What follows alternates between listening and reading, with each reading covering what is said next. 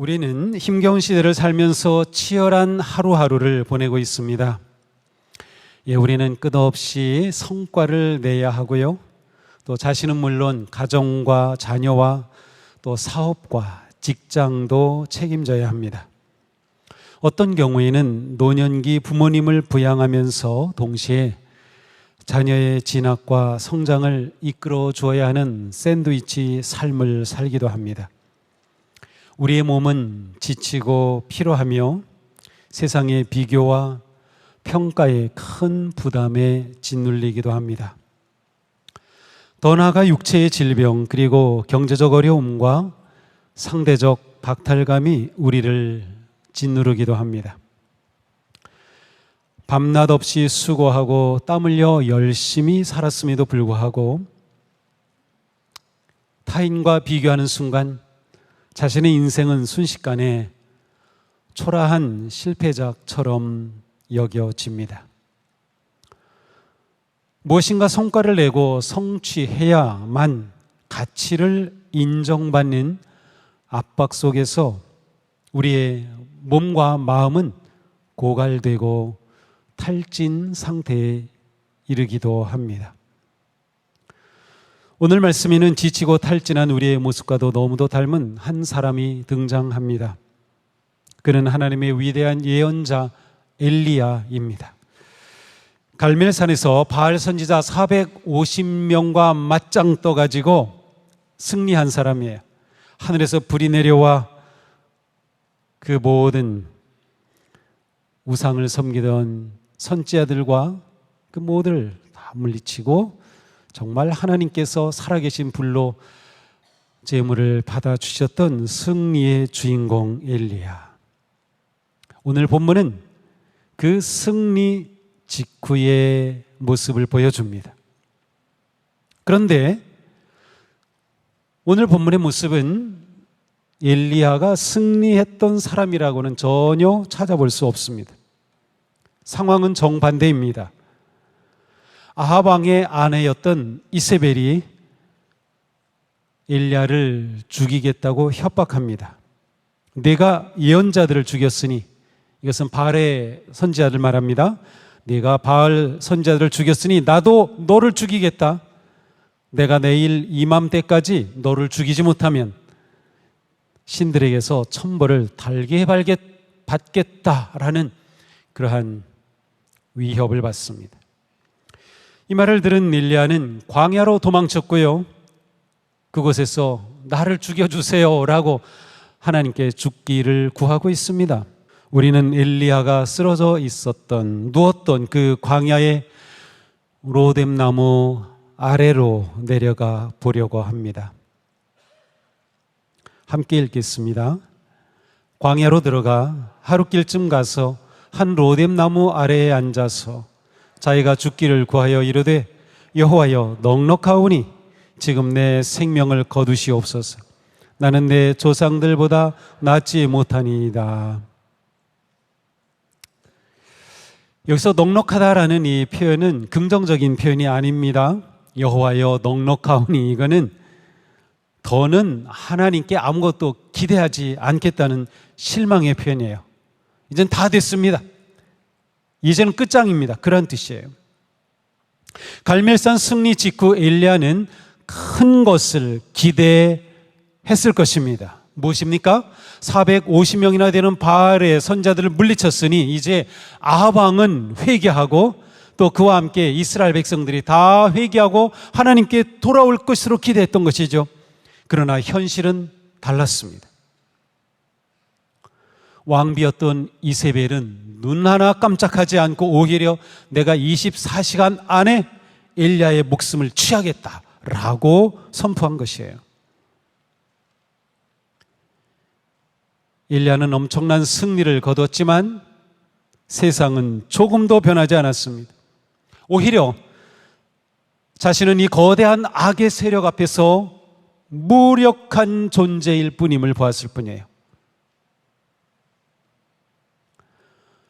바로 우리가 지금 겪고 있는 상대적인 박탈감과 무력감, 바로 이와 같습니다. 우리는 온 몸을 불살라 열심히 땀 흘려 일하고 노력했지만 현실의 벽은 여전히 높아요. 자신의 삶은 조금 더 나아지지 않는다고 느껴져요. 희망이 보이지 않아요. 점점 탈진에 빠지게 됩니다. 우리는 엘리야의 독백에 주목해 보아야 합니다. 나는 내 조상들보다 낫지 못하나이다. 낫지 못하니이다. 이 한 문장에는 깊은 마음의 고통이 담겨 있어요. 사실 이 말씀을 지역하면 나는 내 조상들보다 좋지 못하다. 나는 나쁘다라는 표현이에요. 조상들은 선하였지만 나는 악하다라는 그런 표현이에요. 자, 지금 엘리야는 하나님 앞에 있음에도 불구하고 하나님 앞에 자기라고 하는 그런 단독자로 서 있지 않고 하나님 앞에서 지금 이스라엘 역사 가운데 있었던 조상들, 훌륭했던 지도자들을 떠올리면서 그 조상들보다 저는 악합니다 라고 말하고 있는 겁니다. 다시 말하면 그 훌륭한 조상들을 자기 인생의 비교 기준으로 삼았어요. 그리고 그 조상들과 비교하여 나는 악합니다, 나는 선하지 못합니다 라고 말하고 있는 것이죠. 나는 모세처럼 이스라엘 백성들을 그렇게 온전하게 이끌지 못했습니다. 나는 사무엘처럼 왕을 회개시키고 백성들을 회개케 하지 못했습니다. 저는 너무나도 악합니다 라는 그러한 말이죠. 나는 그들보다 못한 실패자라는 고백이었습니다. 이 고백이 좋은 고백인가요?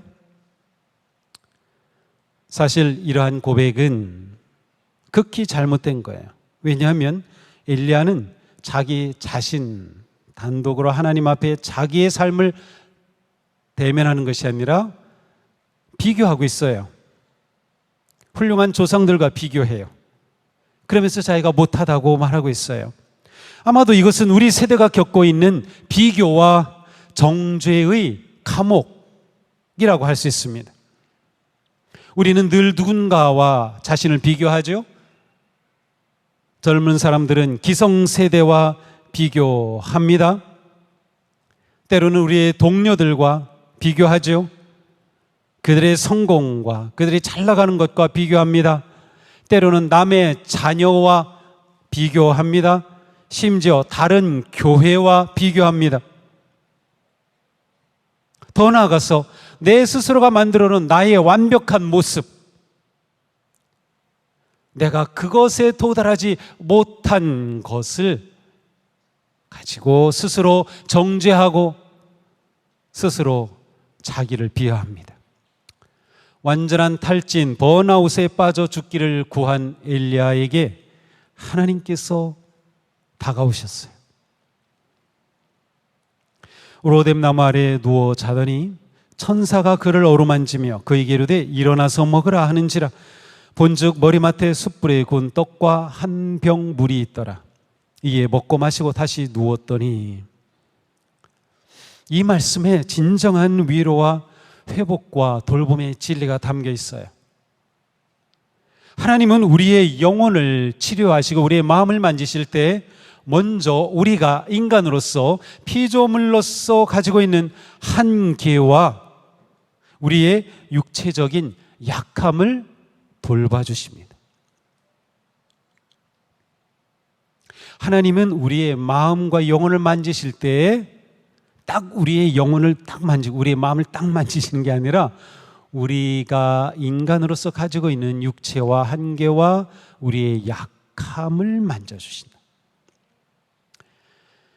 이거는 우리의 영과 마음과 육체가 같이 있다라고 하는 전인적인 존재라는 것을 말해줘요.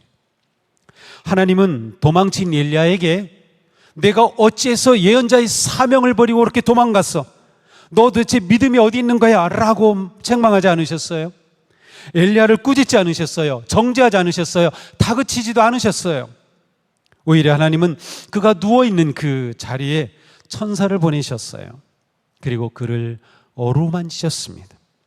어루만진다라고 하는 이 단어는 상처 부위에 이렇게 손을 얹는다 혹은 피부가 닿는다라는 뜻입니다. 하나님은 탈진하고 상처받고 고독과 우울증으로 무너진 엘리야의 몸과 마음을 친히 사랑의 손으로 어루만지시며 치유의 접촉을 하셨던 거예요. 인간의 깊은 우울과 탈진은 지식과 머리로 치료되지 않습니다. 오히려 존재의 따뜻함과 사랑의 접촉과 돌봄의 언어로 치유됩니다. 하나님이 엘리야를 그렇게 지금 만지시는 거예요. 하나님은 엘리야에게 먹고 다시 눕게 하셨어요. 마음의 치유를 위해서는 육체의 쉼이 필요하다는 뜻이에요. 음식을 잘 먹는 것이 중요합니다. 믿음의 공동체 안에서 우리는 서로를 만져주며 격려하고 위로하고 함께 해야 합니다. 함께 음식을 먹고 나눔이 중요한 거예요. 하나님은 한 번으로 끝내지 않으셨어요. 여호와의 천사가 또다시 와서 어루만지며 이르되 일어나서 먹으라. 내가 갈 길을 다 가지 못할까 하노라. 천사가 또다시 왔습니다. 우리의 탈진과 상처는 단번에 치유되지 않습니다. 우리의 상처와 아픔은 크고 탈진과 우울함은 깊습니다. 이를 하시는 하나님은 반복적인 은혜를 베푸시며 포기하지 않고 우리를 돌보시고 찾아오십니다. 그리고 말씀하십니다. 내가 갈 길을 다 가지 못할까 하노라. 갈 길이 아직도 많이 남았다라는 말씀이에요. 자, 이것을 자칫 오해하면 너에게 사명이 이게 있어. 아직 갈 길이 남았어. 너에게 사명이 있어. 자, 그러니 너 빨리 일어나서 빨리 이 사명을 이루어야지 라고 독촉하시는 것처럼 느껴질 수 있어요. 그것이 전혀 아닙니다. 이 구절의 의미는 이것입니다. 너의 나약함과 한계를 내가 다 알고 있다. 내 힘만으로는 이 거친 인생길을 다 갈 수 없음을 내가 긍휼히 여긴다. 내가 너를 돌보고 있다. 내가 너와 함께한다. 괜찮다. 두려워하지 말아라. 엘리야를 격려하시는 겁니다. 너 조상들보다 못하다고 그 비교하는 생각 때문에 너 절망했지. 괜찮아.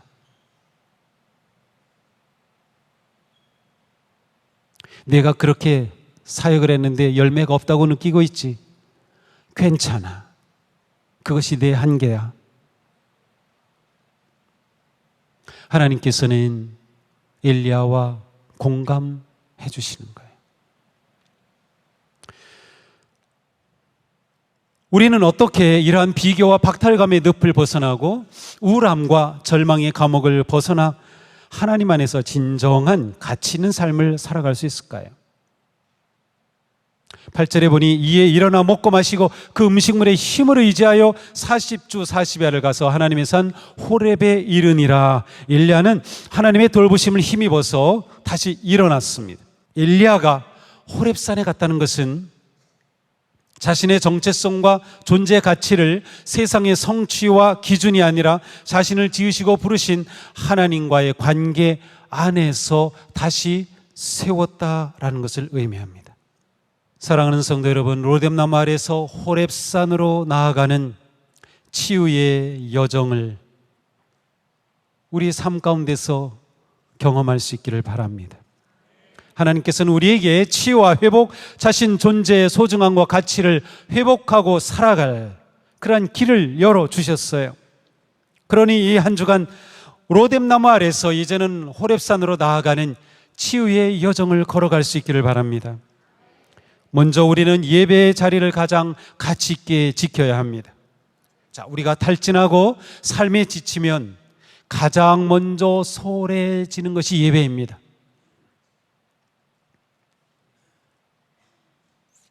피곤하죠? 바쁘죠? 여유가 없죠? 마음이 무너져 있죠?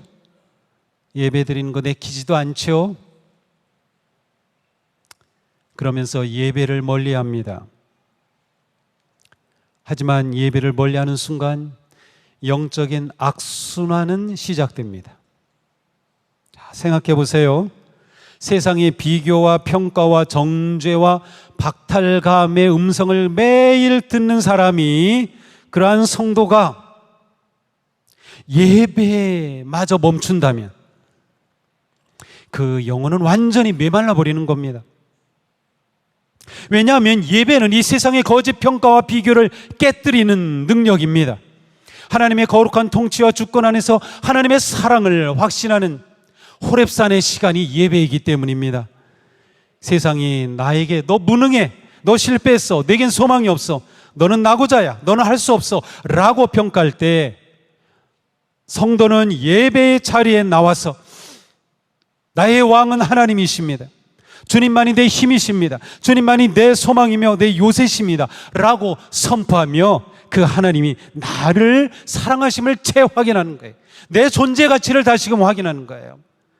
그래야 우리가 이 세상 한가운데서, 그렇게 우리를 몰아가는 세상 속에서도 우리는 평안하게 기쁨으로 자유하며 살 수 있는 겁니다.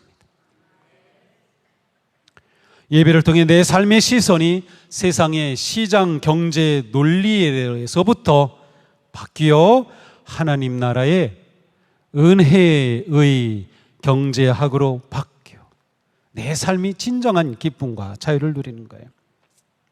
이것이 예배이니 우리는 어떠한 경우에도 예배를 지켜야 한다. 다음으로 성도의 깊은 교제에 참여하는 것입니다. 엘리야가 번아웃 됐을 때 그는 영적 착각에 빠져 있었어요. 그래서 말하죠. 오직 나만 남았거늘 그들이 내 생명을 찾아 빼앗으려 하나이다. 엘리야는 자기밖에 없다고 생각했어요.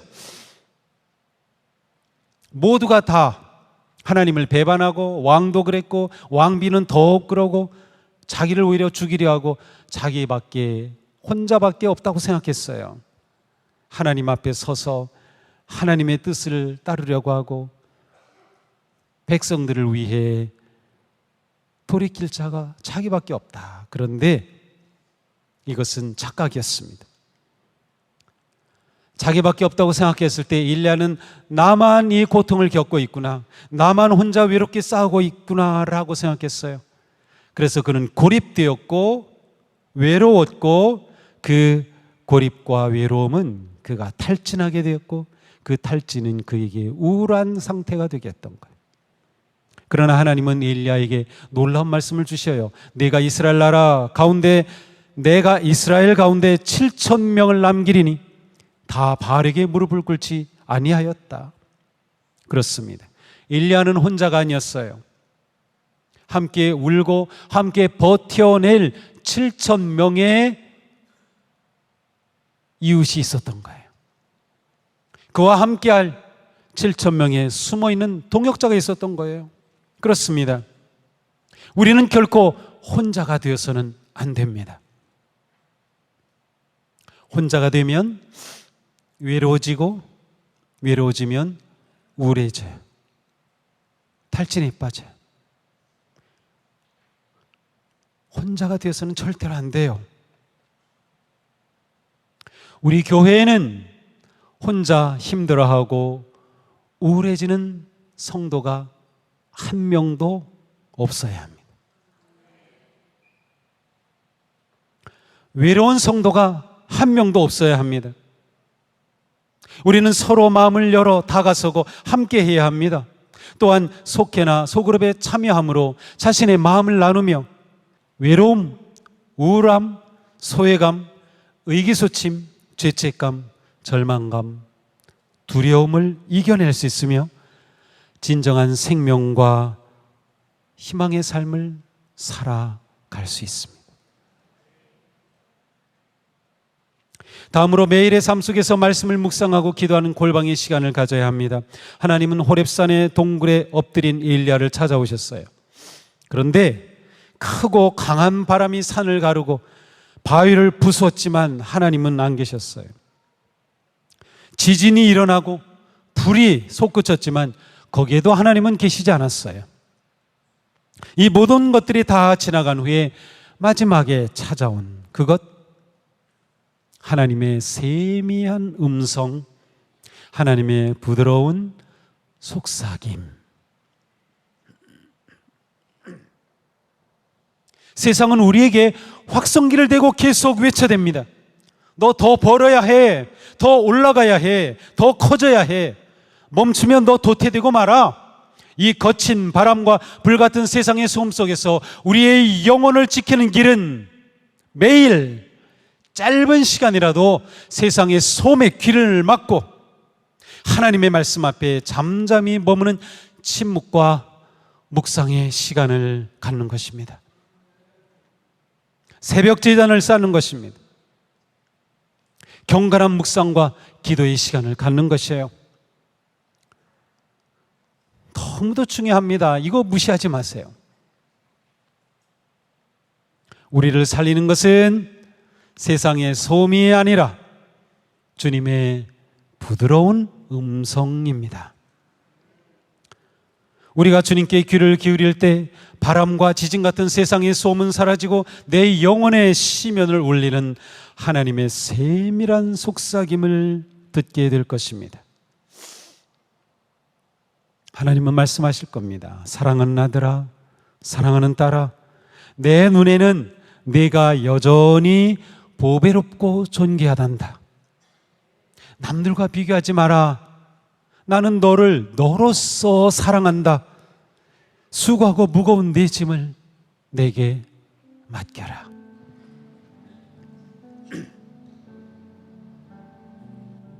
이 시간 주님의 이 음성을 듣기를 원합니다.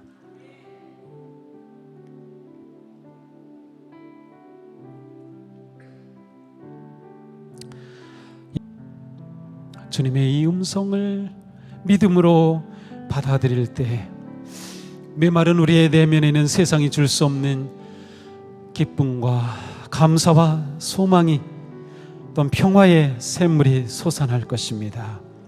사랑하는 성도님, 오늘 우리가 앉아있는 이 자리는 결코 실패의 자리가 아닙니다. 우리의 힘이 소진되고 세상이 우리에게 요구하고 그려진 페르소나가 부서진 로뎀나무 아래는 역설적으로 하나님의 부드러운 만지심과 따뜻한 사랑의 돌봄을 누리는 은혜의 자리입니다. 주님이 우리에게 원하시는 것은 우리가 어떤 처지, 어떤 상황에 있든 오직 주님의 사랑을 확신하고 하나님이 주신 내 생명을 귀하게 여기며 주님의 음성을 따라 주님과 함께 한 걸음 한 걸음 천국의 길을 걷는 것입니다. 이 한 주간 인생의 무거운 점을 내려놓고 위로하시고 만져주시고 치유하시고 먹여주시는 주님의 천사를 만나게 되기를 축복합니다. 또한 우리가 누군가에게 하나님의 천사가 되어줄 수 있기를 바랍니다. 영원의 호렙산으로 올라가십시오. 날마다 세미한 주님의 말씀과 기도 속에서 자신의 진정한 존재의 소중함 그리고 그 가치를 되찾으십시오.